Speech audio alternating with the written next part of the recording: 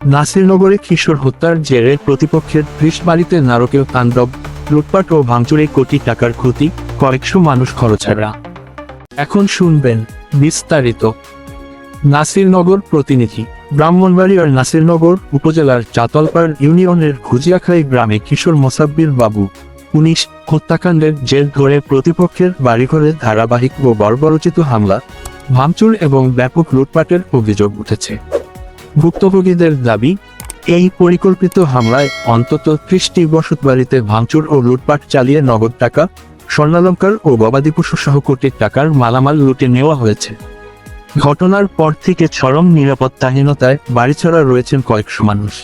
বিশেষ করে আইনি হয়রানি ও হামলার ভয়ে পুরুষরা এলাকা ছেড়ে পালিয়ে বেড়াচ্ছেন, নারীরা আত্মীয় স্বজনদের বাড়িতে আশ্রয় নিয়েছেন এবং এলাকার প্রায় ১৫০ শতাধিক শিক্ষার্থীর অবরুদ্ধ অবস্থায় স্কুল কলেজে যাওয়া সম্পূর্ণ বন্ধ হয়ে গেছে। মোবাইলের ফ্ল্যাশ লাইট নিয়ে বিবাদ ও নির্মম হত্যাকাণ্ড।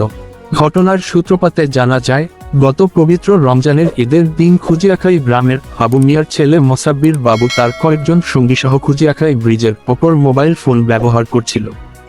এ সময় ব্যবহৃত মোবাইলের ফ্ল্যাশ লাইট অন্য এক যুবকের চোখে পড়ার অজুহাতে দুই পক্ষের মধ্যে তীব্র বাকবিতণ্ডা ও গণ্ডগোল বাধে।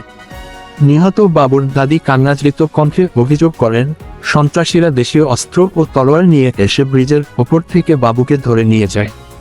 ৪ থেকে ৫ জনে তার গলা চিপে ধরে বুকে ও কলিজায় উপর্যুপরি লাথি ও আঘাত করে নির্মমভাবে তাকে হত্যা করে। এই নির্মম হত্যাকাণ্ডের পর থেকেই পুরো এলাকায় তীব্র উত্তেজনা ছড়িয়ে পড়ে। পূর্ব আক্রোশের জেরে নারকীয় তাণ্ডব ও লুটপাট।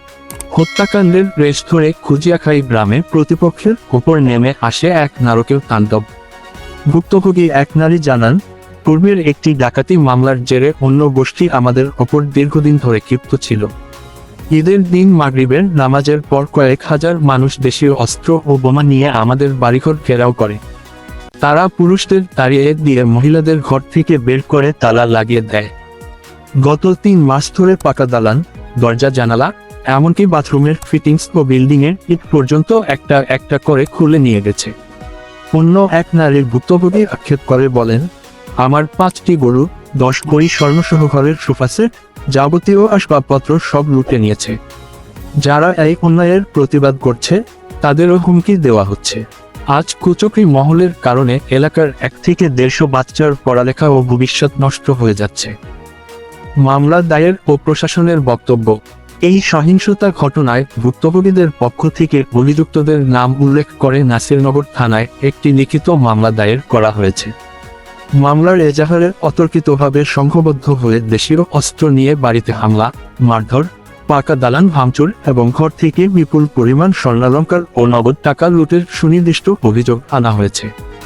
ভুক্তভোগী পরিবারগুলো বর্তমানে সরকার ও প্রশাসনের কাছে তাদের জানমালের নিরাপত্তা এবং সুস্থ বিচারের আকুল আবেদন জানিয়েছেন। নাসিরনগর থানার অফিসার ইনচার্জ ওসি শাহিনুল ইসলাম জানান, কিশোর হত্যাকাণ্ডের পর এলাকায় উত্তেজনা তৈরি হয়েছিল। বাড়িঘর ভাঙচুর ও লুটপাটের লিখিত অভিযোগটি আমরা পেয়েছি। বিষয়টি অত্যন্ত গুরুত্বের সাথে তদন্ত করে দ্রুত আইনগত ব্যবস্থা গ্রহণ করা হবে। আইন শৃঙ্খলা ও মানবাধিকার ডেস্ক, 22 জুন 2026। যে কোনো হত্যাকাণ্ডই জঘন্য অপরাধ, তবে আইনের আশ্রয় না নিয়ে তার জেরে নিরপরাধ মানুষের বাড়িঘরে লুটপাট ও তাণ্ডব চালানো কোনোভাবেই গ্রহণযোগ্য নয়। নাসিরনগর উপজেলা, চাতলপাড় ইউনিয়ন, খুজিয়াখাই গ্রাম এবং এর পার্শ্ববর্তী খুজিয়াখাই, চাতলপাড়, বড়নগর, কুন্ডা ও গোয়ালনগর অঞ্চলের সব ধরনের ব্রেকিং নিউজ, অপরাধের খবর এবং আইন শৃঙ্খলা পরিস্থিতির সর্বশেষ সঠিক আপডেট পেতে ব্রাহ্মণবাড়িয়া 24.news এর সাথেই থাকুন।